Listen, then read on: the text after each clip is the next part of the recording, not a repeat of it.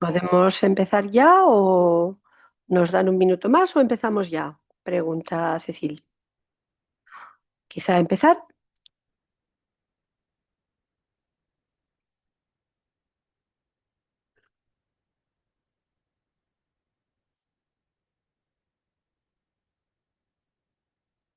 Bien, gracias. Bienvenidos y bienvenidas. Bienvenidos y bienvenidas a nuestro evento paralelo COP30, Economía sostenida por bosques comunitarios, cambiando las políticas y las finanzas para las personas, la naturaleza y el clima. Espero que se acuerden de mí. Soy Cecile Chevet y estoy gestionando el grupo de mujeres africanas que está activa en 20 países en África Occidental y África Oriental. Espero que todos recuerden que este evento tenía que haberse celebrado durante la COP30, pero lamentablemente tuvimos un incendio, como recuerdan. Por supuesto, hoy no va a ser de la misma duración que era previsto. Se trata de encontrar caminos prácticos para la comunidad, para gestionar los bosques. El evento va a hablar de todos los modelos extractivos, los modelos liderados por los pueblos indígenas, las mujeres, los agricultores, los científicos, los formuladores de políticas de todas las partes. Durante la sesión vamos a reflexionar sobre el desarrollo de la COP, por ejemplo, los desafíos de la bioeconomía, el TFF, y qué va a suceder después de la COP. Alinear la política, las finanzas, las culturas para llevar la posibilidad de que la comunidad gestione los bosques y su economía. Se va a hablar de políticas concretas y de cómo llevar a cabo todo esto en 2026 y más allá. La idea es alcanzar 4 objetivos: los pueblos indígenas, los afrodescendientes, los líderes de la comunidad, perdón, con soluciones comunitarias. Ahora se trata de la financiación directa, de los mercados, de la resiliencia de las economías. Conectar, reflexionar sobre los desafíos de la bioeconomía y otros aspectos, trasladándolos en acciones concretas, CDLs, PANs, líneas de crédito y algunos programas especiales como el de Brasil, el TFF,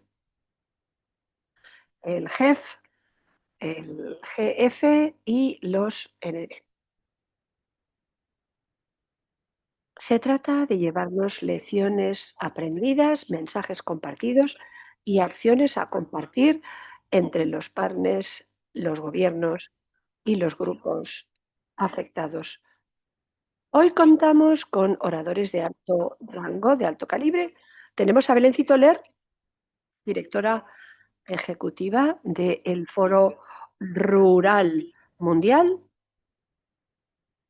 que nos va a hablar de cuáles son las reflexiones de la COP30. Tenemos a Clever Caripuna, de Cabib, que es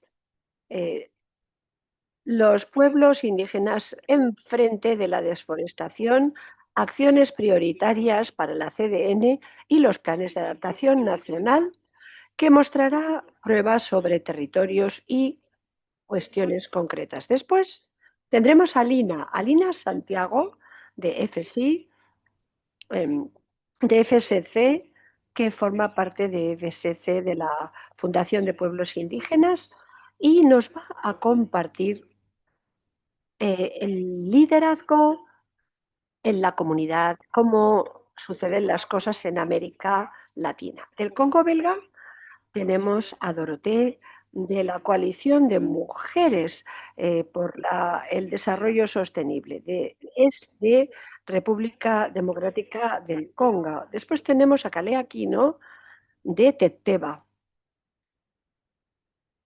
Esperemos tener tiempo para que el público participe con preguntas y les daremos como unos 30 minutos para ver cuáles son las lecciones aprendidas y qué hemos dejado de lecciones prácticas en este webinario.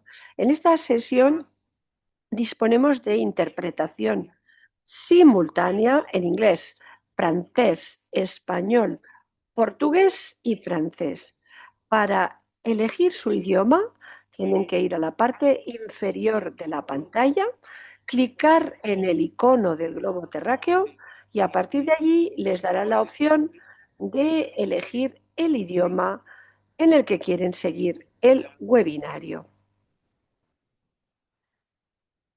Esto es lo que quería compartir con todos ustedes de momento y quisiera comenzar agradeciendo a los que están asistiendo, a los oradores, y quiero darle la palabra a Belén Citoler del Foro Rural Mundial. Belén, adelante, tiene usted la palabra.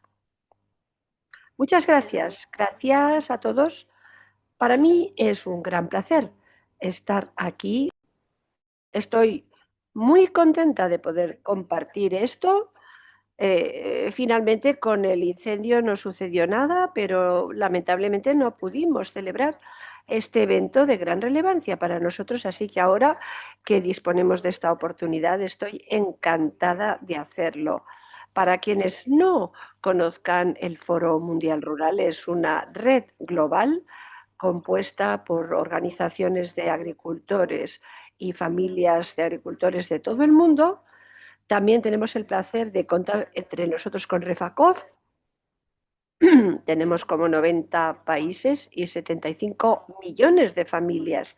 Muchas de estas familias, agricultores, viven en los bosques y hacen su aporte para la conservación y la restauración de los bosques aplicando técnicas ancestrales de conservación de los bosques, y este evento es de hecho, el Foro Rural es un reconocimiento de Naciones Unidas a la aportación de estas familias.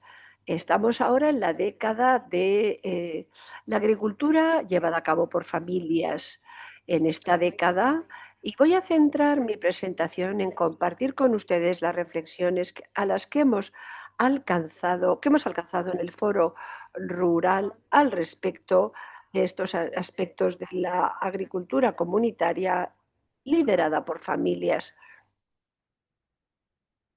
y sus prácticas ancestrales. Así que, si les parece, vamos a pasar a la presentación. En la primera transparencia, por favor, si quieren compartirla, muchas gracias. El contexto en el que esta COP30 se produjo era un contexto de muchas expectativas y al mismo tiempo la realidad era muy compleja. Era la primera COP en el Amazonas, un entorno de grandes expectativas que generó mucho debate, mucha controversia.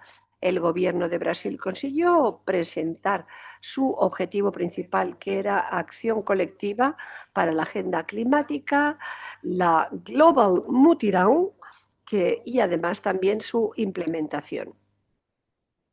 Hay muchos documentos firmados indicando lo que sucede cuando hay una acción real en los territorios. Este fue el principal objetivo del gobierno brasileño en la COP30. Al mismo tiempo, la COP30 se produjo en un momento geopolítico muy complejo que todos conocemos. Y para los pueblos indígenas, las comunidades locales y las familias de agricultores fue muy difícil, porque es algo que afecta mucho a sus familias y que llega a ser un verdadero desafío porque aplica y afecta a sus vidas y es cada vez más necesario buscar soluciones centradas en las personas y acelerar las actuaciones. Este fue el contexto en el que se produjo la COP30. También, asimismo, una cuestión muy característica de esta COP30 es que hubo una movilización social histórica. Veo a Kleber de Brasil. Por supuesto que él compartirá mucho más en profundidad la relevancia de este enfoque que se dio en Brasil a la movilización social, con un carácter histórico y nunca antes sucedido. Esto dio la oportunidad de volver a colocar a las personas en el centro del debate respecto al cambio climático. Una gran movilidad, representación de pueblos indígenas, una gran marcha popular en Belén, la cúpula dos povos, la cumbre de los pueblos y todos los foros rurales. A pesar de las dificultades por la logística, tuvimos una delegación de 26 miembros y la mitad de ellos eran mujeres. Así que también estamos muy satisfechos con la representación de las familias de agricultores y de mujeres. ¿Qué sucedía, entre tanto, en la mesa de negociaciones? El Foro Rural es uno de los grupos constituidos como agricultores, así que participó en los procesos y quiero compartir ahora los principales resultados de las negociaciones.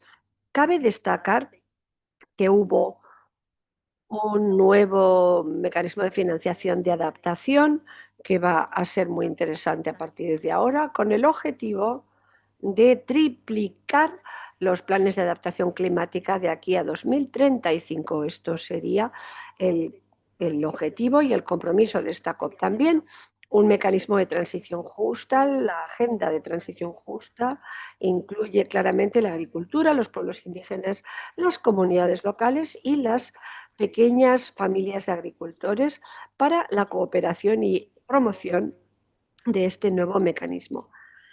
El plan de acción de género se aprobó, un nuevo plan de acción de género que reconoce el papel crucial de las mujeres rurales y de las mujeres indígenas. Esto fue un gran logro. Este fue el año, como sabrán, de la mujer agricultora, así que estamos celebrando este año con un nuevo plan de acción de género.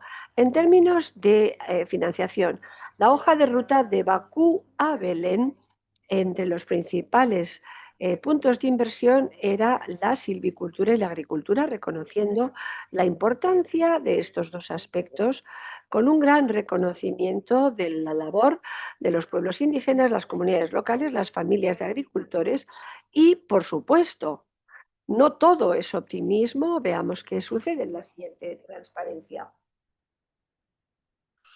Tenemos que ser realistas. Cecil, cierre por favor el micrófono. Gracias.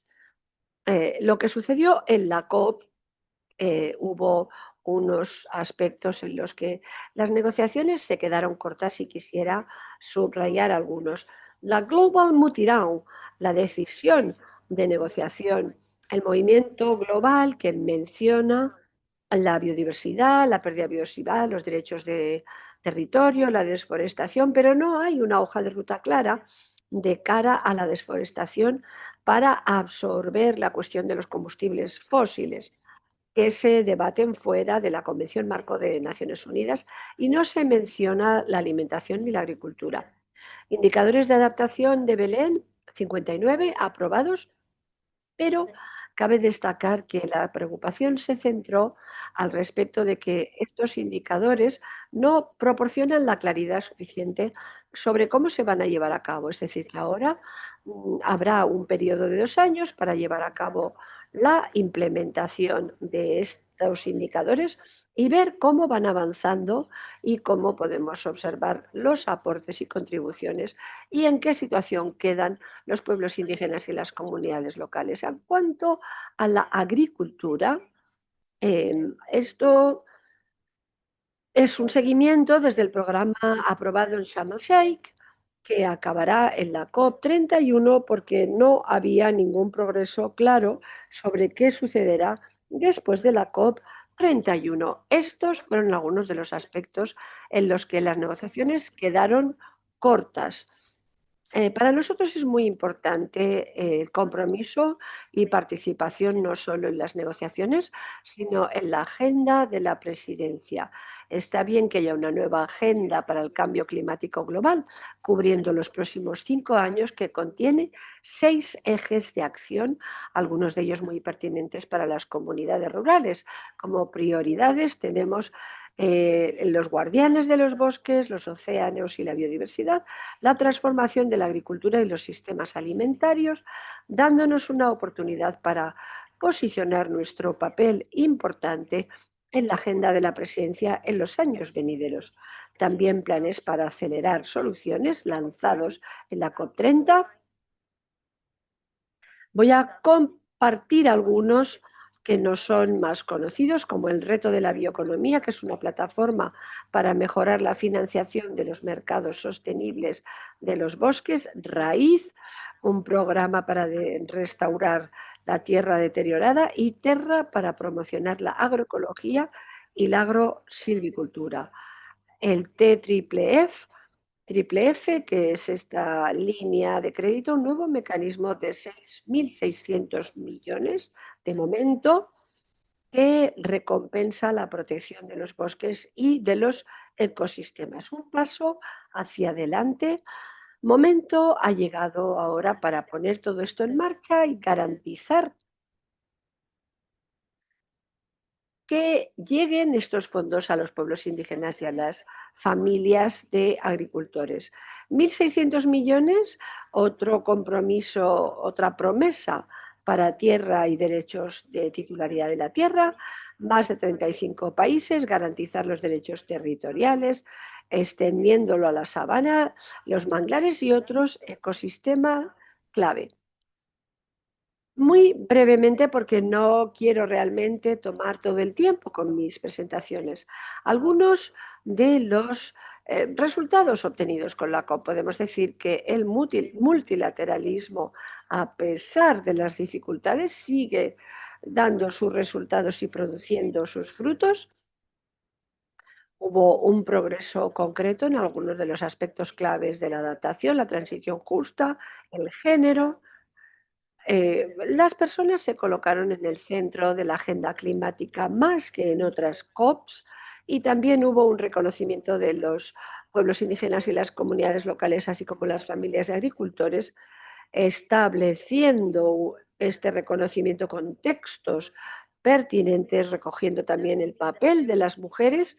No quiere decir que todo se haya concluido, pero hubo pasos positivos hacia adelante, y también, sobre todo, la pertinencia de seguir destacando la necesidad de pasar a la acción.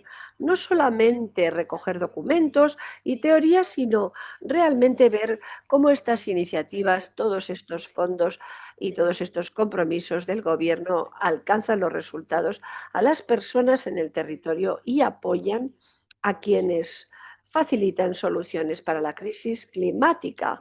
Para nosotros, no es que todos haya empezado ni acabado en la COP 30. Para nosotros la lucha continúa. Tenemos que continuar, sin lugar a duda, mejorando la participación de los pueblos indígenas, comunidades locales y familias de agricultores a nivel nacional, local.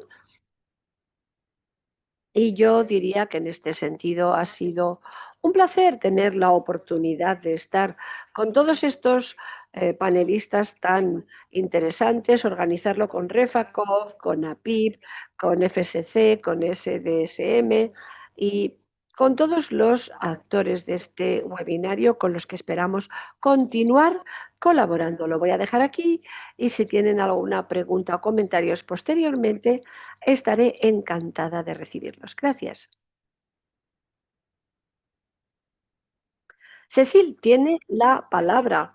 Muchísimas gracias, gracias, gracias. La presidencia de la COP dice que la siguiente década importante empieza ya.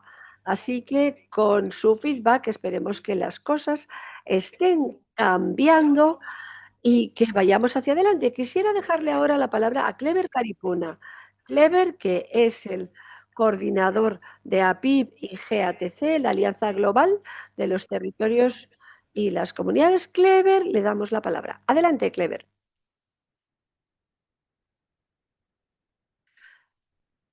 ¿Qué tal? Buenas tardes, buenos días. Muchas gracias. Un saludo especial de APIB, nuestra Coordinación de los Pueblos Indígenas de Brasil. También los saludos de nuestra Alianza Global de las Comunidades Territoriales. De nuevo, estoy encantado de veros. Es una pena que nuestro evento presencial en la COP30 no fuese posible por el incidente del incendio en aquel día, pero no obstante, seguimos coordinando nuestras acciones para seguir avanzando con nuestros debates, en nuestras conversaciones, sobre todo para garantizar el derecho de los pueblos y las comunidades tradicionales, los afrodescendientes y también la protección de nuestros territorios. Voy a traer aquí muy rápidamente dos cuestiones muy interesantes de esta articulación y algunos comentarios sobre lo que hemos identificado como avances y también como retos y desafíos identificados en la COP30. En este sentido, en esta presentación, hemos traído unas imágenes que demuestran que la política de protección y de marcación con titulación y reconocimiento, todo esto que afecta a los territorios de los pueblos indígenas, comunidades locales, afrodescendientes, son fundamentales e importantes para cualquier protección de la biodiversidad del planeta y para un procedimiento de regulación y de reglamentación y coordinación con el clima y la agenda climática, teniendo en cuenta el aumento de temperatura en el mundo entero. Esto que traigo aquí es la situación en Brasil que demuestra los territorios indígenas que tienen eh, el derecho garantizado y la protección del territorio. Esto es una barrera eficaz para contraatacar contra la desforestación. Aquí muestro la situación de la Amazonía brasileña y el papel importante en los últimos 25, 26 años de la parte forestal de Amazonas y la pérdida que se ha producido en un periodo muy corto. Con lo cual podemos ver que la protección fuera de los territorios indígenas no tienen esta garantía que tienen los pueblos que están demarcados y mínimamente protegidos. Tenemos la protección de los territorios indígenas demarcados, que es 25 veces mayor la presencia forestal respecto a la que no tiene presencia indígena. Un dato muy importante que viene apoyando la incidencia de nuestro movimiento indígena de la garantía de los derechos constitucionales en Brasil de demarcación y protección de los territorios indígenas, así como una política eficaz para enfrentarse al cambio climático que está sucediendo en el día de hoy y que sucederá en el futuro. Siguiente transparencia, por favor. Siguiente transparencia. Eh, gracias. Uy, no, aquí pasaron. En este mapa vemos una comparación y quisiera agradecer la colaboración con EDF y con la Alianza Global y APIB, así como las otras organizaciones de la Alianza Global, para realizar este mapeo de diversas regiones cubiertas por la Alianza Global y que muestra el aumento de la temperatura aquí en Brasil. vemos de 1,5 grados en el presente y los científicos especialistas están demostrando que ya hemos pasado de esta barrera y la proyección.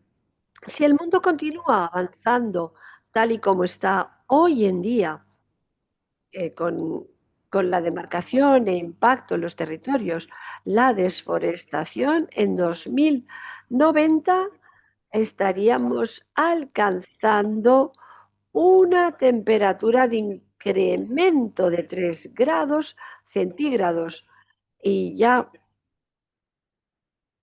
los pueblos indígenas tienen ya un promedio de 35, 39 grados. ¿Se imaginan lo que sería el doble de esta temperatura en las décadas del año 2090? Una gran preocupación, no solo para los pueblos indígenas, sino para toda la humanidad. Quería, en este sentido, aprovechar esta presentación de estos mapas para explicar un poco la incidencia que hizo APIP en la COP30. En nuestra presencia era preparar para la COP31, porque este año no solamente es la COP31, sino también la COP de la biodiversidad. Hay 3 COPs y también la COP de la desertificación. Todas estas reuniones son importantes para continuar destacando los avances que tuvimos en la COP30 y lo que van a ser los nuevos retos, lo que no pudimos avanzar tanto en la COP30 de Brasil. Quiero destacar por ello la importancia, en el caso de Brasil, de los avances de haber retomado el proceso de demarcación y de reglamentación de las tierras. Esta política de protección y demarcación sigue avanzando en Brasil. La demanda es gigantesca, pero han podido ver ustedes también en la COP cómo llegamos a avances con la homologación de 4 tierras indígenas con representación declaratoria, además de otros avances de demarcación y protección. El gobierno brasileño continuará con esta labor y los indígenas continuarán exigiendo, igual que lo hizo APIP, presentar estudios e informes con la representación de más de 30 pueblos indígenas con la homologación de estos 4 por parte del presidente o por parte del Ministerio de los Pueblos Indígenas. Y yo estoy avanzando que, aunque estos avances, aunque fueron pequeños, debo decir que es una acción pequeña porque la lista es grande, pero es muy significativa. Otro punto que quería destacar es el debate sobre nuestras contribuciones nacionalmente determinadas, nuestras CDNs indígenas.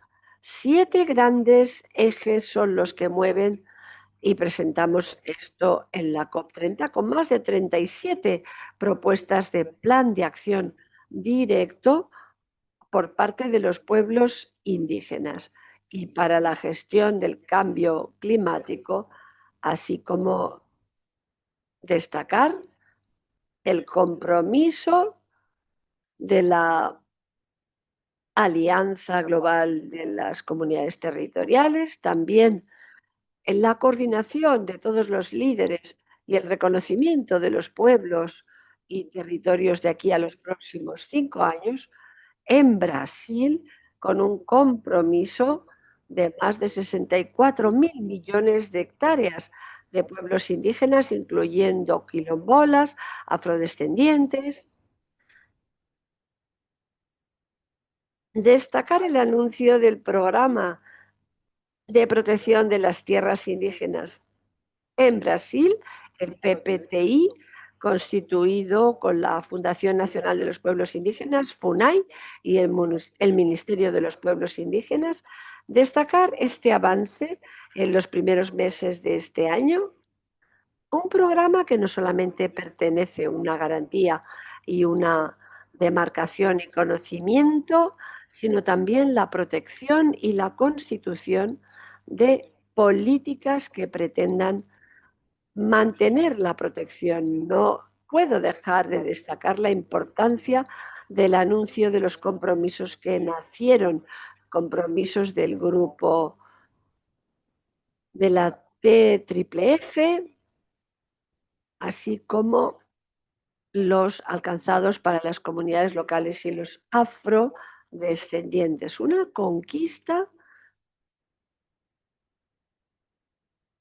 del compromiso mínimo del 20% con acceso directo para los pueblos indígenas, comunidades locales y eh, del mecanismo TFF. El gobierno brasileño y otros países ya hicieron una declaración de más de 6.000 millones asignados a esta línea, al TFF, para financiar directamente a los pueblos indígenas y comunidades locales en políticas de protección de nuestro territorio. Algo muy importante es que la alianza global tiene también otros como SANSA y otros mecanismos que pretenden ser la articulación política de la alianza global para denunciar la participación en los próximos 5 años de fondos que sean directamente indígenas en pueblos indígenas. Buscar en la colaboración con nosotros en nuestro territorio. Un anuncio importante, el de la plataforma social en la COP30. También con estas propuestas anunciadas por el Ministerio, un mecanismo para protección ambiental y territorial en los pueblos de Brasil, para la implementación de la política nacional de cambio climático en Brasil y destacar también el éxito de la campaña. La respuesta somos nosotros a nivel global, el movimiento social con incidencia relacionada a cómo combatir el cambio climático. Me queda nombrar los desafíos para la COP31 y para la COP de la biodiversidad, que es solidificar y conseguir compromisos que no se alcanzaron en la COP30. Uno de ellos, el debate sobre la transición energética justa, que lamentablemente no se alcanzó un acuerdo para seguir adelante, y también otro compromiso en el que necesitamos avanzar es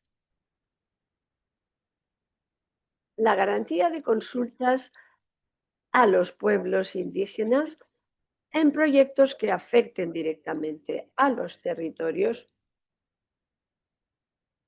como sucede en nuestro país.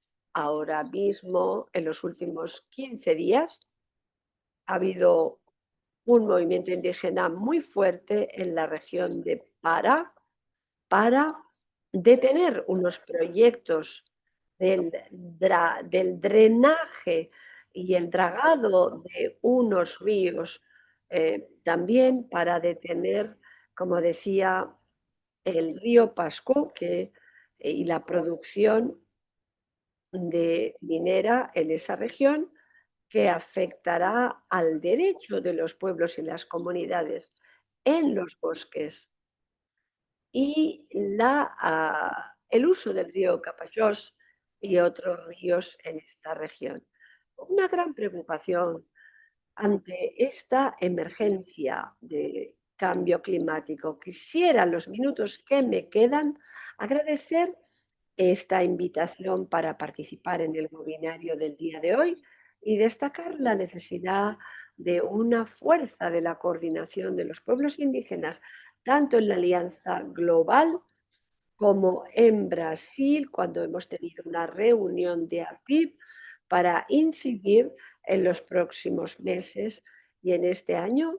Es un año que va a ser atípico, pero muy importante a nivel electoral y político. En Brasil va a haber elecciones y tenemos que resistir y seguir luchando con la militancia junto con el gobierno brasileño para dar continuidad a nuestras peticiones y también para fortalecer los proyectos existentes ya en Brasil, proyectos de gobierno, de la presidencia, intentando alinearlos con propuestas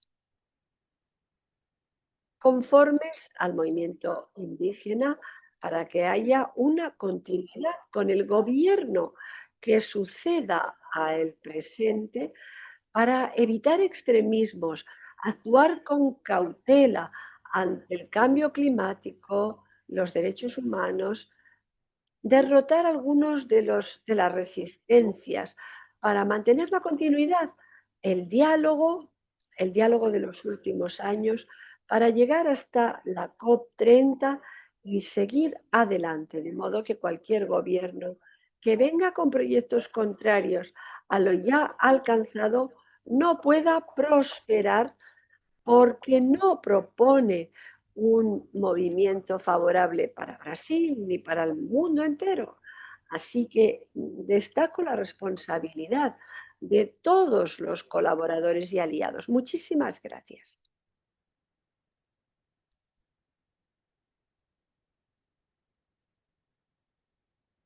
Gracias, Clever. Muchas gracias, Clever, por compartir los desafíos a los que se están enfrentando en el territorio, pero también el gran progreso conseguido en los procesos de mapeo territorial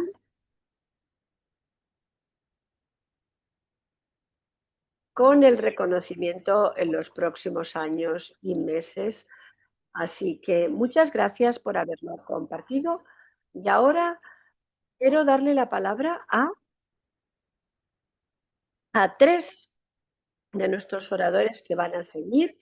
Vamos a compartir con otros líderes comunitarios. Vamos a empezar con Centroamérica, con Alina Santiago de FSC y APC. Alina, adelante, tiene usted la palabra. Adelante, Hola, Alina. gracias, buenos días. Yo soy Alina Santiago Jiménez, eh, mujer indígena zapoteca de la comunidad de Ixtlán de Juárez, Oaxaca, México. Un gusto estar en este día con ustedes y yo voy a compartir un poco también la lucha que hemos realizado nosotros para pues, conservación de nuestro territorio, recuperación del mismo y cómo hemos podido nosotros hacer actividades eh, de conservación, de reforestación y de am, economía en nuestras comunidades. Este modelo que nosotros tenemos es, puedo decir que es similar en todo el país, en todo México. Tenemos una gobernanza comunitaria eh, fortalecida precisamente por la lucha que han hecho los pueblos indígenas y que este modelo que nosotros hemos desarrollado en base a nuestras costumbres está íntimamente ligado al Forest Stewardship Council, a la certificación internacional FSC. Em, Prueba de ello es que en sus principios, FCC tiene 10 principios y en el principio 3 habla de los derechos de los pueblos indígenas. Em, la similitud de la gobernanza de FCC es extremadamente igual, podría así decirlo, que cómo nos gobernamos nosotros en los pueblos indígenas de México, donde nuestra máxima autoridad pues son nosotros llamamos comuneros o ciudadanos, pues, bueno, comuneros o ejidatarios que tienen la posesión de los recursos naturales. Y esto nos ha hecho que desde los años 1940 a la fecha, nosotros hayamos podido recuperar nuestros territorios que estaban en manos del gobierno o en manos de particulares para que nosotros hagamos ese aprovechamiento forestal sustentable, donde precisamente podamos aprovechar nuestros recursos naturales y que tengamos beneficios sociales, ambientales y económicos para nuestro territorio, para nuestros pueblos y por consiguiente para nuestro país. Adelante, por favor.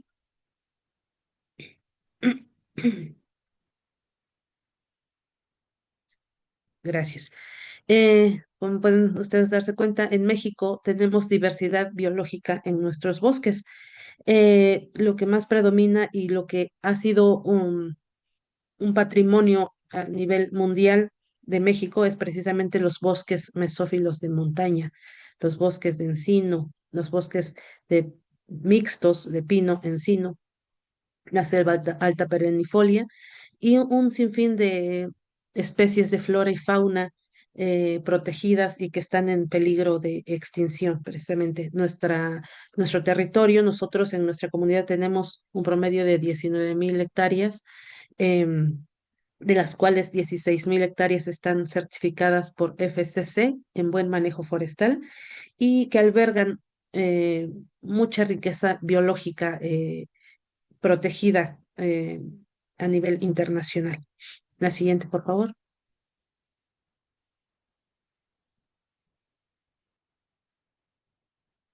Ok. Nuestra máxima fortaleza, por así decirlo, es precisamente el trabajo comunitario, donde todos los habitantes de la comunidad hacemos tequios, que es un trabajo sin un pago, ¿no? Una retribución económica, porque nosotros lo que buscamos es preservar nuestras prácticas ancestrales indígenas y que todo el bosque en un momento, el trabajo que se hace en el bosque, que es sumamente caro, es sumamente costoso reinvertir al bosque y conservarlo, sea precisamente nuestro principal motivo por el cual nosotros hemos llegado a desarrollar empresas comunitarias. Eh, Pueden ser empresas que venden madera, muebles, tenemos el ecoturismo, que es para la preservación de la biodiversidad. Tenemos incluso servicios diferentes como los sistemas, servicios ecosistémicos.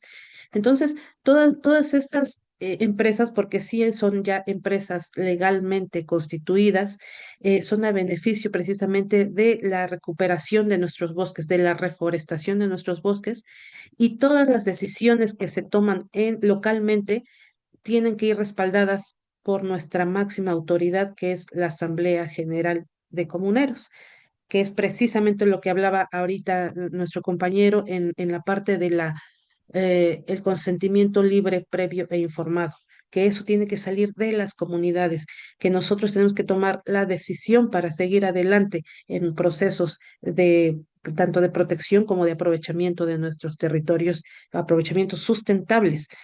Como bien lo dice el lema de la certificación FCC, que los bosques sean para todos y para siempre, que no sean solamente para explotación, porque así ha sido mucho tiempo la explotación del bosque eh, y de los recursos naturales, sino que se vuelva un aprovechamiento sustentable. Todo esto está respaldado legalmente en un documento que nosotros llamamos Estatuto Comunal, que es nuestra máxima ley interna en los pueblos indígenas, y muchos pueblos a nivel Centroamérica y Latinoamérica tenemos este tipo de gobernanza local comunitaria que tiene que ser respetada, que nos ha costado trabajo que los gobiernos las reconozcan, pero que si nosotros le damos esa importancia que tiene en nuestras comunidades y lo aplicamos tal cual, tenemos ese reconocimiento y esa protección de nuestro territorio. La siguiente, por favor. Bueno, como bien les decía, una vez que nosotros recuperamos nuestro territorio y la posesión, porque no tenemos propiedad de nuestro territorio, sino la posesión para poder administrar nuestros recursos naturales, la comunidad trabajó esos recursos y de las ganancias, por así decirlo, la parte económica, los beneficios económicos obtenidos, se reinvirtió tanto en el bosque como en las empresas comunitarias.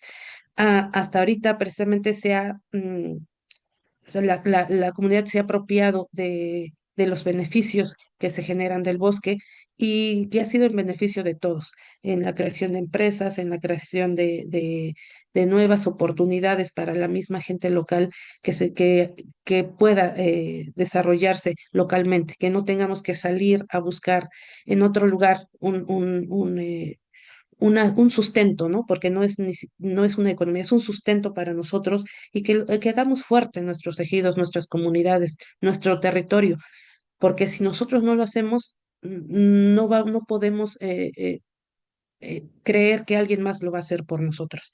Entonces, este proceso de recuperación de nuestro territorio que nos ha costado vidas, nos ha costado tiempo, nos ha costado recursos, actualmente lo volvemos a enfrentar, a lo mejor no directamente un arrebato de nuestro territorio, sino ese cambio climático que nos está pegando muy fuerte. Y como pueblos indígenas somos la primera línea en defender esta parte.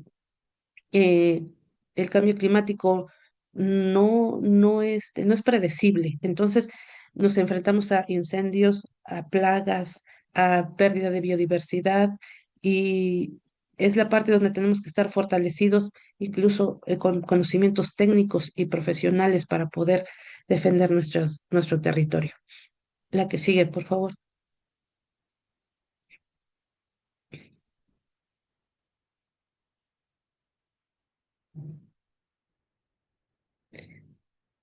Bueno, creo que era la última. Sí, pues ahí está, perdón. Entonces, lo que les decía justamente ahorita, la parte técnica de nuestro territorio nos ha llevado a poder seleccionar la mejor planta para la reforestación, poder controlar precisamente estas plagas o incendios en base a los conocimientos de la comunidad, a los conocimientos ancestrales. Y una de nuestras fortalezas más grandes es precisamente un proyecto de ecoturismo que es precisamente para preservar la flora, la fauna, las aves y todas las especies que nosotros tenemos en nuestro territorio. A veces el turismo se ha tergiversado, por así decir, el sentido, ¿no? del ecoturismo, que muchas veces se ha visto como algo económico y no tiene que ser así precisamente. Tienen que ir de la mano los tres ejes, los beneficios, como les decía, ambientales, sociales y económicos. Si en una comunidad tenemos flora y fauna que preservar, lo podemos hacer a través incluso de una empresa. Y como pueblos indígenas tenemos ese conocimiento de poder sostener una empresa legalmente y localmente, porque se cuentan con los conocimientos para poder desarrollarlas y poder trabajarlas sobre todo. La siguiente. Bueno, con esto pues es una breve explicación de la forma como nosotros nos gobernamos en las comunidades forestales indígenas y certificadas por FCC en México. Les agradezco mucho y estoy a sus órdenes para cualquier comentario.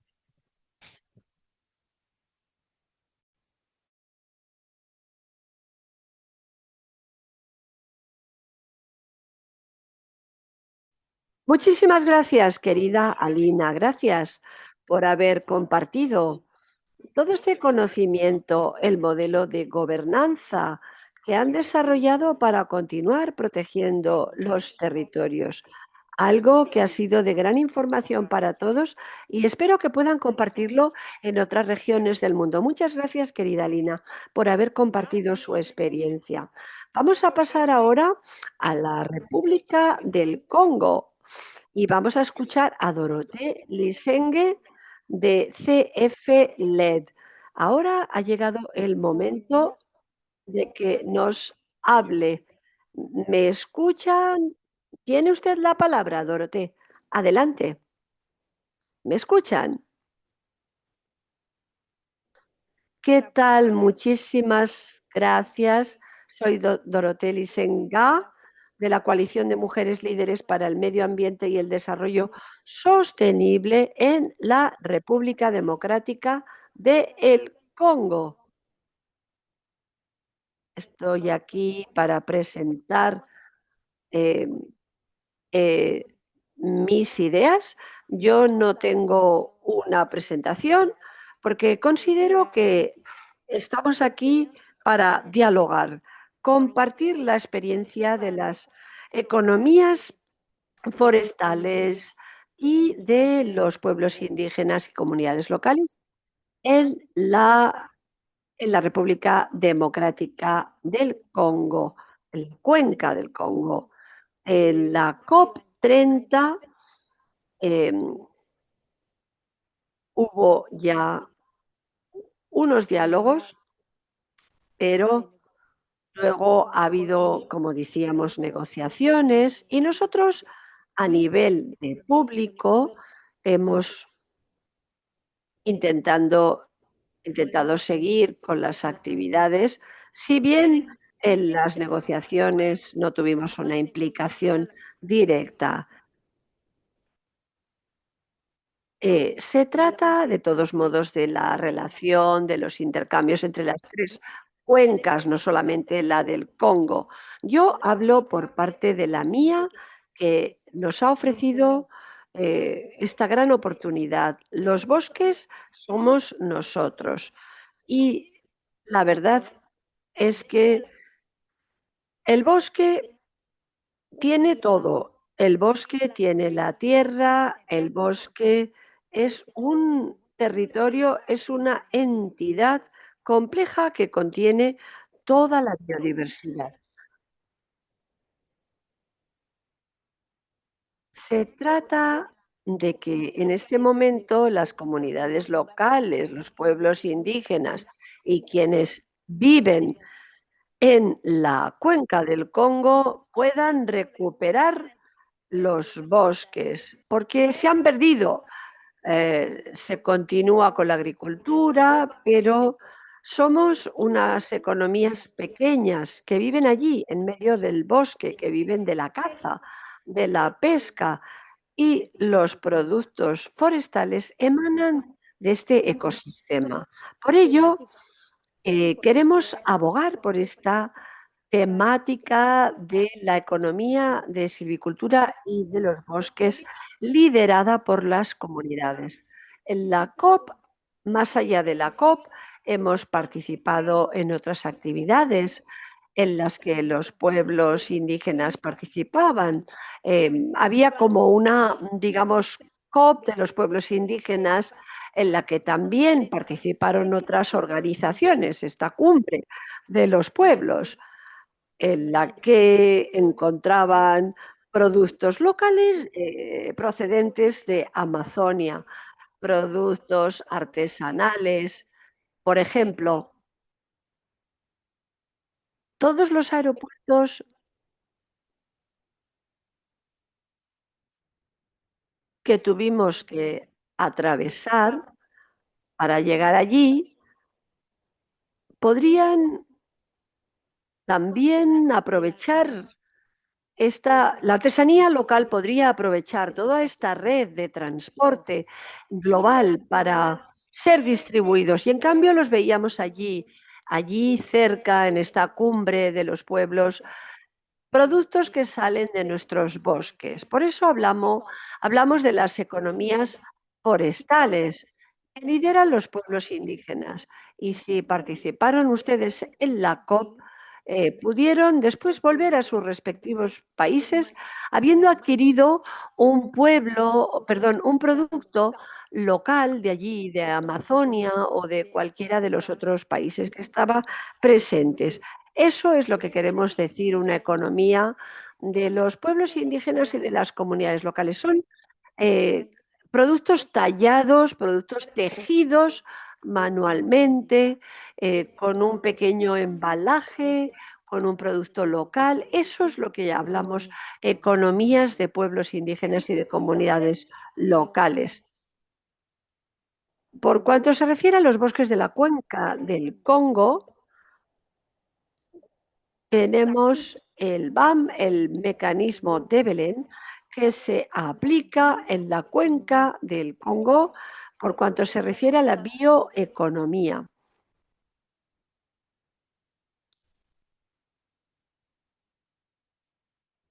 Una bioeconomía que cubre los productos desde, por ejemplo, desde diciembre hasta enero es el producto de miel y champiñones. Es allí donde cada comunidad produce sus productos y luego hacen intercambios con otras comunidades, con productos que son manufacturados, como por ejemplo vestidos, calzados, y por ello hay estos intercambios de miel, de champiñones y estos productos elaborados por nuestras comunidades, por nuestros pueblos.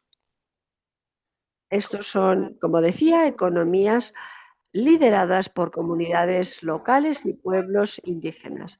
Además de todo esto, en este periodo en el que hay estos productos locales, entre ellos la miel y el champiñón, tenemos que ocuparnos, además de otras cosas, como por ejemplo la restauración de los bosques,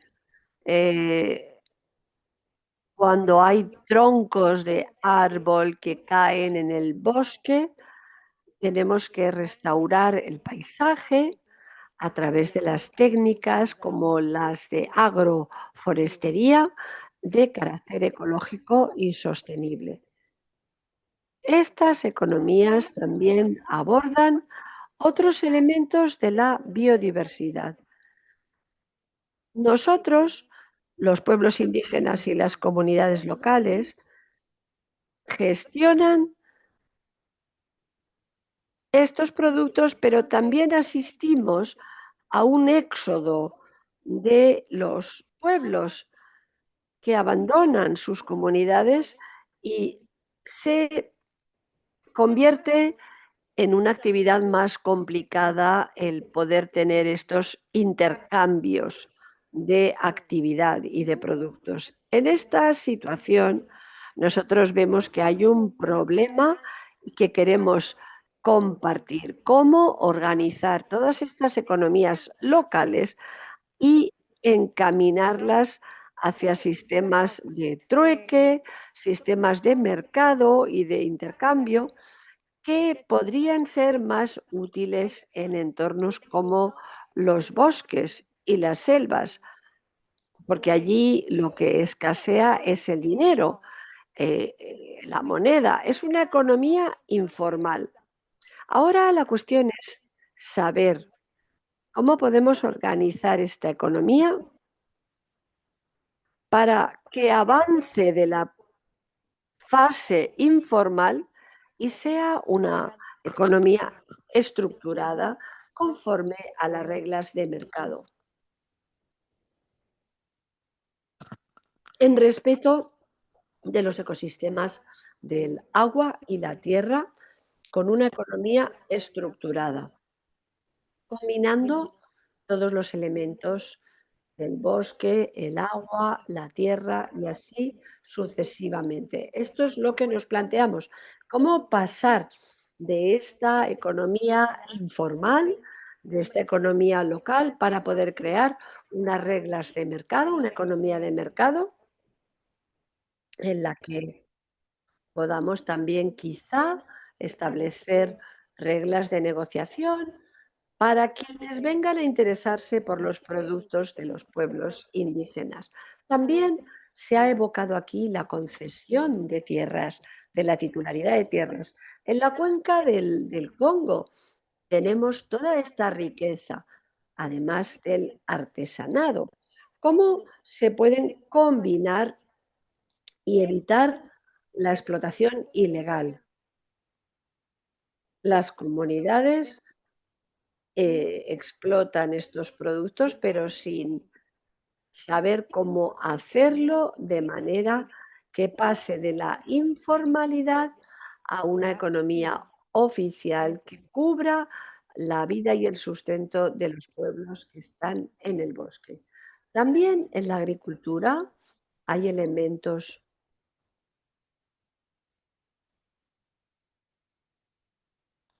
de la biodiversidad, tanto en fauna como en flora, pero si la explotación forestal no se gestiona o si no se hace participar a los pueblos indígenas de los beneficios, ¿cómo hacer para que no haya una degradación de la biodiversidad tanto en la fauna como en la flora?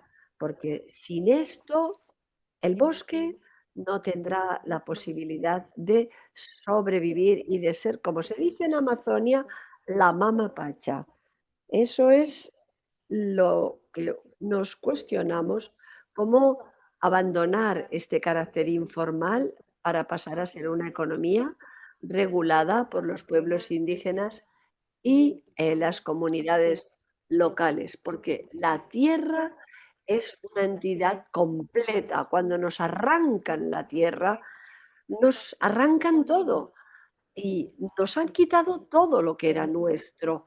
Nos vemos desprovistos de nuestros recursos naturales y en este sentido, si añadimos el cambio climático, aquí surge la pregunta, ¿qué hacer con estas economías? ¿Las mantenemos a nivel informal o las trasladamos a un nivel oficial con reglas de mercado de tal manera que los pueblos indígenas no queden aparcados, eh, que sencillamente les den unos intercambios que sean poco favorables, como un par de zapatos a cambio de todo su trabajo? ¿Cómo los pueblos indígenas pueden recuperar todo este control y esta negociación a nivel económico para que sus economías estén sostenidas y financiadas? Esta es la pregunta que tendríamos que plantearnos y que todos nos planteamos a nivel de la COP en su día. Encontrar soluciones para que estas economías de las comunidades locales y los pueblos indígenas, que son carácter informal, abandonen esta situación de informalidad, de despojo y puedan ser autosuficientes y cosechar beneficios económicos y luchar contra la pobreza y el cambio climático. Esta es la pregunta el tema que yo planteo y que pongo sobre la mesa para poder reflexionar en este sentido. Cómo avanzar hacia las negociaciones y hacia una economía estructurada. Gracias. Muchas gracias, Doroté. Muchísimas gracias por compartir lo que estamos haciendo.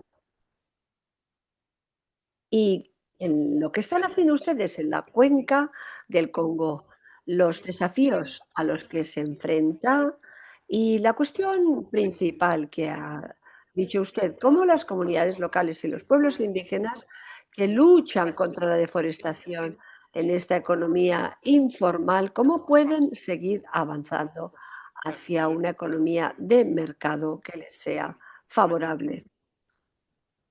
¿Cómo apoyarles? Y cómo apoyar su avance hacia el mercado y hacia añadir valor. Hemos tomado nota, muchísimas gracias. Gracias, Dorote. Vamos a dejarle la palabra ahora a Calea Aquino. Vamos a ir al sudeste asiático. Calea es de Tepteba, el Centro de Investigación y para Políticas de Educación de los Pueblos Indígenas. ¿Qué tal? Saludos. Aquí ya estamos en la tarde, en la noche.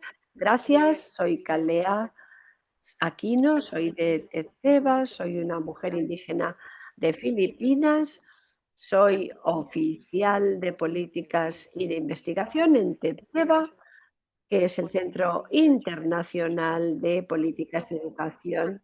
Lamento que tampoco he preparado ninguna transparencia.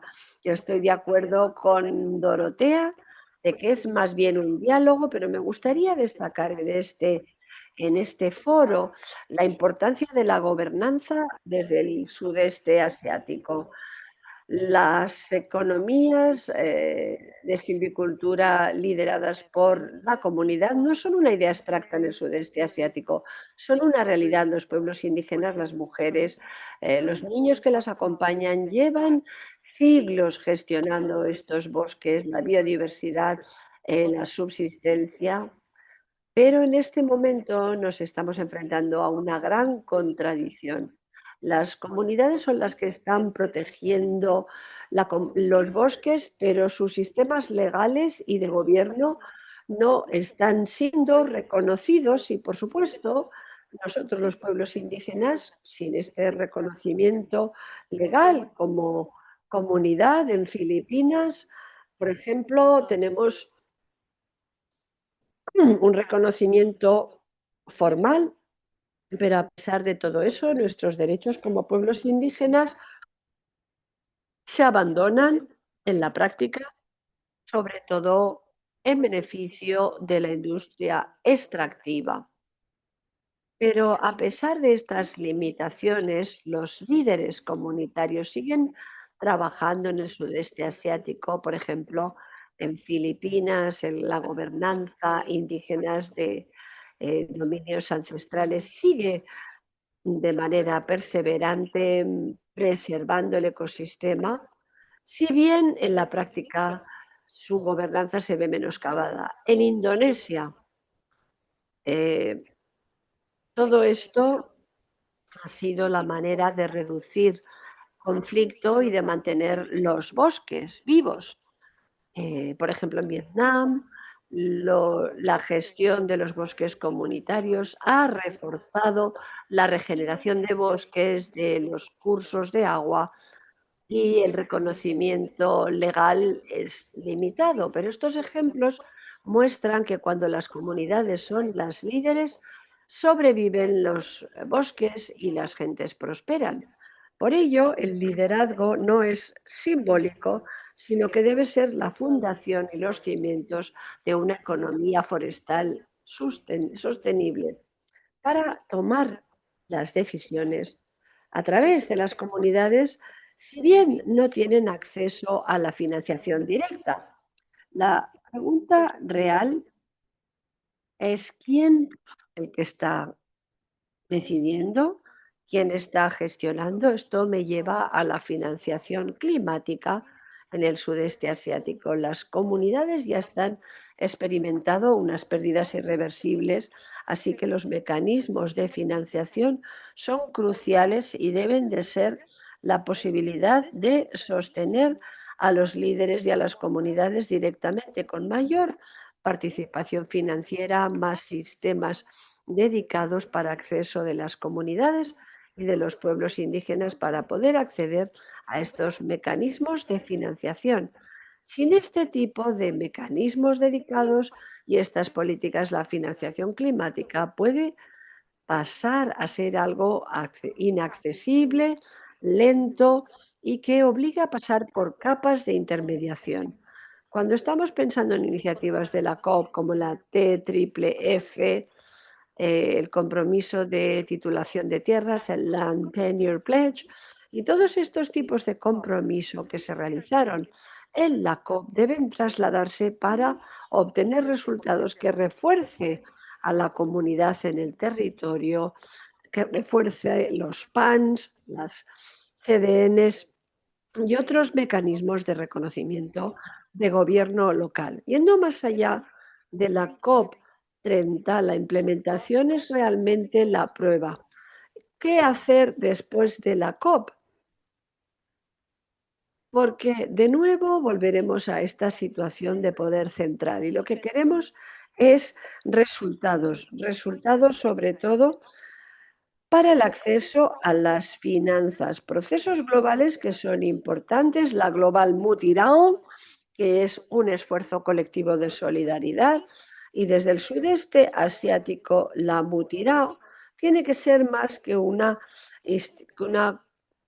cooperación institucional, tiene que reforzar los sistemas de gobernanza y múltiples planteamientos de la resiliencia. Finalmente, también quería traer aquí el tema de el punto de asesoramiento sobre cómo los estados intentan evitar su obligación de cumplir con los compromisos. En este sentido, en el sudeste asiático tenemos esta posibilidad de asesorarnos para implementar todas las políticas de la tierra, la gestión de la tierra y el acceso a la justicia, de tal manera que nuestras comunidades puedan liderar, proteger y recuperar. Quisiera decir que las economías de comunidad gestionable de los bosques no son solamente un tema de gobernanza. Desde el sudeste asiático quiero decir que hay un llamado muy similar al que sucede en otras regiones del mundo. Deberíamos reconocer los derechos y asegurar que la financiación climática llegue a las comunidades a través de líneas dedicadas específicamente y que los compromisos globales internacionales de acción para proteger a los pueblos indígenas y otros grupos vulnerables sean eficaces porque ellos son líderes y no solo participantes. Quisiera agradecerles con estas palabras su amable invitación para este webinario. Muchas gracias. Gracias, Calea. He entendido muy bien su llamado a que la economía forestal sea dirigida por las comunidades, como sucede en el sudeste asiático, si bien también enfrentan grandes desafíos, sobre todo los de la actividad extractivista y del agronegocio. Grandes preguntas las que ha planteado usted. ¿Cómo mantener esto y obtener beneficios? ¿Quién decide y quién se beneficia? Calea también ha estado hablando de los problemas para tener acceso a la financiación directa. Muchas gracias por haber compartido todo esto. Ahora tenemos este QR de Únanse al movimiento para apoyar las economías de bosques sostenidos por la comunidad. Bien, nos quedan como unos 20 minutillos, pero esta es una oportunidad general para que nuestro público plantee sus preguntas y pueda hablar de preguntas, respuestas. Bien, adelante. Sí, gracias, Carrick. Estoy encantado de participar. Soy Carrick Redding, soy del VRI, soy del Instituto de Recursos Mundiales. Sí, veo que ya tenemos unas preguntas. Tenemos del colega Benon Mugarura de Ruanda, que representa al grupo de mujeres y recolectores de los Bantú y que habla de cómo podíamos compartir eh, estas transparencias con ellos para reforzar las acciones juntos y hacer que comunidades como la suya sean escuchadas. ¿Alguno de nuestros oradores quisiera responder a esta pregunta?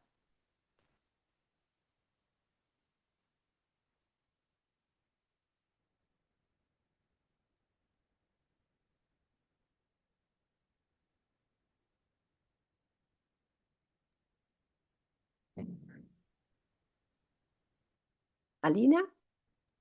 Sí, perdone, es que no se abría mi micrófono. Sí, nada más me la podrías repetir la pregunta para que haya yo entendido correctamente.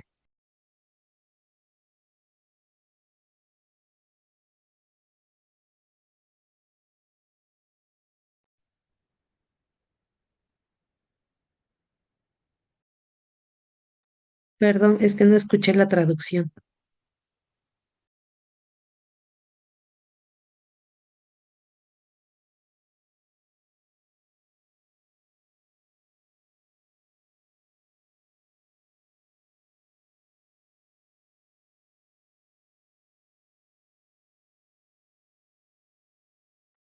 Gracias.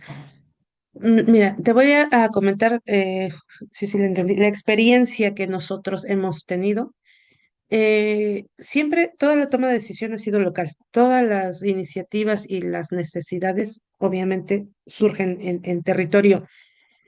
Em, Aquí, y voy a conectar con lo que también nos comentaba otra de nuestras compañeras ponentes, que sí es necesario acceder pues, a las nuevas tendencias, por así decirlo, ¿no? A lo que se viene exterior, si tenemos que conectar con ellos y sí, a lo mejor lo tenemos que hacer obligatoriamente, porque muchas cosas no se adaptan a nuestro entorno, a nuestro sistema de gobernanza, pero sin, como les decía, si no lo hacemos nosotros, ¿quién lo va a hacer?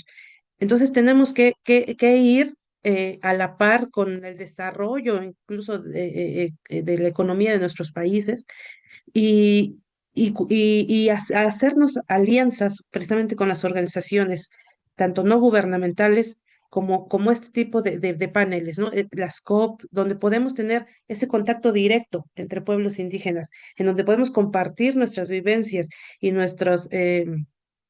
lo que estamos pasando en nuestro territorio, porque si nos damos cuenta, traemos una línea prácticamente similar todos los pueblos indígenas, de apropiación de territorio, de gobernanza, de muchas similitudes tenemos a nivel internacional. Entonces, cuando sí es cierto, como comentaba Calea, nos cuesta muchísimo acceder a los recursos. El financiamiento no llega a territorio. Siempre ha sido ese obstáculo que tenemos, ¿no? Y cuando empiezan a aparecer aliados, organizaciones que nos apoyan en ese momento de poder alzar la voz, de poder coordinar esfuerzos en conjunto. Y sigo insistiendo en que lo tenemos que hacer nosotros, en que tenemos que reunirnos, que tener la comunicación, sobre todo es la base, porque si nosotros estamos comunicados, hacemos esas redes y podemos en un momento, a ver, compartir las experiencias, ¿no? Que tenemos. Y cuando hay organizaciones internacionales que conocen el sistema de los pueblos indígenas y que lo han trabajado a la mano, a la par, en territorio con nosotros, son los que nos apoyan bastante, son los que nos ayudan a salir adelante y los que nos impulsan en un momento a poder lograr acciones, ¿no? Les decía, el consentimiento libre, previo e informado ha sido uno de los ah, que mucho se habla del consentimiento, pero en la realidad se aplica muy poco. Entonces, esas alianzas estratégicas son muy buenas. Gracias, Carrick. Gracias, Alina, muchísimas gracias. Gracias a nuestro colega por la pregunta. No sé si el público tiene más preguntas. Pueden ir escribiéndolas en la sección Q y A, preguntas y respuestas.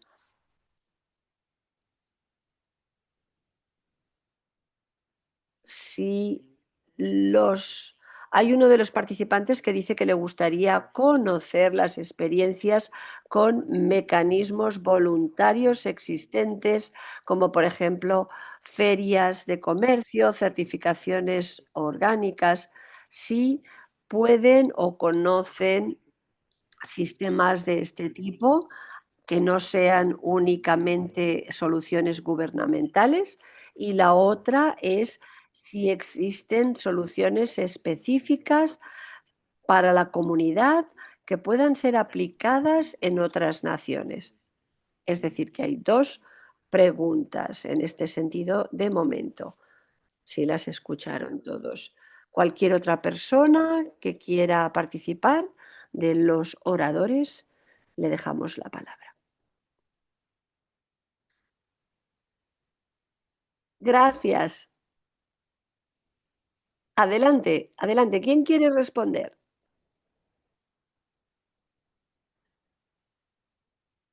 Quisiera intervenir sobre el tema de los mercados voluntarios. Los mercados voluntarios. existen allí porque hay intercambios de productos que proceden de los bosques. Y en estos intercambios no son intercambios con actividades ni con entidades del gobierno. Como decía, hay intercambios, he explicado yo, de productos de miel, de champiñón, de cómo las diferentes comunidades hacen estos intercambios, atraviesan los bosques para llegar a los diferentes puntos. Pero a veces se les piden impuestos, se les pide un pago de impuestos por tener acceso a estos mercados voluntarios, para poder acceder a estas ferias, a estos lugares de intercambio. Y realmente a veces es a tanto por kilo presentado. Es algo que se aplica sin ningún tipo de organización específica. Por ejemplo, si una mujer indígena va a un pequeño mercadito en el territorio y, y va a hacer intercambios, no tiene que pagar estos impuestos. Cada vez tienen que pagarlos, porque si las mujeres llegan allí a este mercado y no los han pagado, no pueden vender sus productos, no sé. Vamos a imaginar que llegan a una cooperativa agrícola, por ejemplo, y que venden productos del bosque con esta cooperativa, pues también les molestan. Por eso es difícil que de manera voluntaria se realice. Tiene que haber un reconocimiento y una formalización por parte del Estado para evitar todo este tipo de fraude y de abordaje, digamos, ilícito en el que tienen que pagar unos impuestos para estar allí presentes. Nosotros en la cuenca del Congo tenemos una serie de instituciones y de mecanismos jurídicos que tienen que ser respetados y las comunidades tienen que beneficiarse de esta protección legal también. Cuando hay otros países fronterizos y hay intercambios fronterizos con nuestros vecinos. Tenemos intercambios comerciales con los países vecinos y esto también plantea problemas porque la ley está allí, pero luego no se respeta a nivel comunitario. Este tipo, como decía, de mercados, de acuerdos a nivel de herramientas jurídicas. Todo esto tiene que respetarse, porque si no, por mucho que empaticen las comunidades y que quieran respetarlo, si no hay un registro, si no hay unas cuestiones que protejan, por ejemplo, la exportación, la importación, todo esto desprotege y desfavorece legalmente a las comunidades. Habrá beneficios que se queden en manos ilícitas y que no pasen a las comunidades. Por eso el Estado tiene que intervenir para clarificar, para que las cosas queden claras y que si la comunidad local le corresponde un pago, sea respetado. Eso es lo que yo quería comentar en todos los mercados, mercados artesanales, intercambios de productos de la pesca, todo producto que viene de un océano, de otro país, todo esto tiene que ser regulado de manera pacífica. Por ejemplo, como decía, entre países fronterizos, si no hay reglamentación respetada, la cooperación pacífica es más complicada.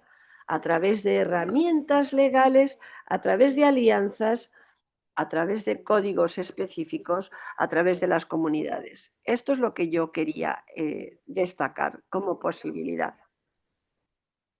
A todos nosotros nos corresponde hacer que se instauren estos mecanismos y proponer cosas que faciliten. En el Congo vamos a tener en breve la FOSNAT, que es una feria de productos agrícolas procedentes del bosque.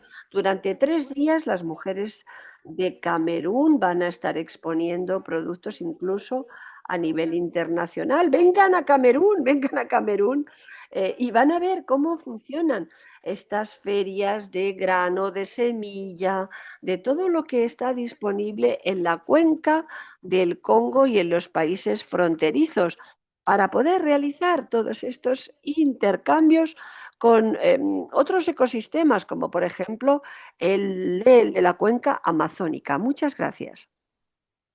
Gracias. Gracias, Doroté. ¿Sí? ¿Me escuchan? Doroté, gracias, sí.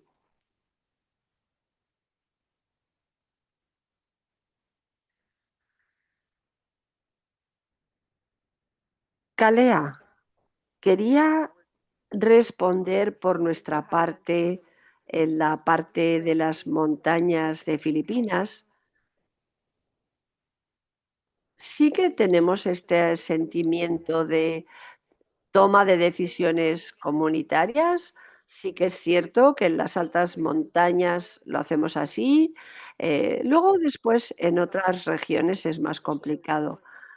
Pero sí que realmente a veces tenemos estos fuegos comunitarios en los que nos reunimos para hablar con los mayores, los jóvenes, nos intercambian su opinión y decidimos lo que queremos hacer a nivel comunitario, cómo gestionar el bosque, cómo respetar las fronteras, cómo recolectar de manera sostenible los recursos, cómo tener una responsabilidad comunitaria. Este fuego comunitario, estas reuniones, quizá pueda ser un modelo de inspiración para, no sé, sobre todo porque muestran que las soluciones se pueden gestionar a nivel local y dirigir a nivel local para proteger los ecosistemas y soportar la subsistencia. Eh, También he visto una pregunta que dice cuáles han sido las experiencias en movilizar estos recursos de empresas silvícolas locales. Quisiera compartir que en nuestro país hubo una comunidad que recibieron esta invitación sobre los mercados de carbono, pero claro, ellos no saben lo que quería decir lo de los mercados de carbono. Era una empresa alimentaria la que se dirigió a la comunidad y la comunidad decidió colaborar con la empresa alimentaria porque la empresa pasó tiempo, la comunidad pasó tiempo en explicar cuáles eran los beneficios, qué posibilidades había y por ello yo quería decir que a nivel de implicación privada y de gestión de silvícola, realmente el FPIC, el consentimiento previo, libre e informado, es algo no negociable, es algo que tiene que suceder en todo momento. No solamente para las comunidades indígenas, sino para cualquier comunidad en la que se quiera intervenir. El consentimiento de la comunidad no debe ser una fuente de división, sino de unión. Gracias, muchas gracias. Estamos llegando al final de nuestro tiempo, así que quería agradecer a todos. Voy a poner en el chat la dirección de WhatsApp, el chat para poder dirigir, enviar todo lo que les parezca oportuno y agradecer a nuestros también a nuestros panelistas por toda su participación. Con esto, Cecil, tiene usted la palabra para los últimos comentarios de cierre. Muchas gracias. Gracias a todos por haber compartido este webinario, estas experiencias. Creo que hemos aprendido escuchando a los oradores que la COP30 ha realizado grandes avances de cara a la puesta en marcha, de cara a estar activos, a pasar a la acción, pero todavía nos queda mucho.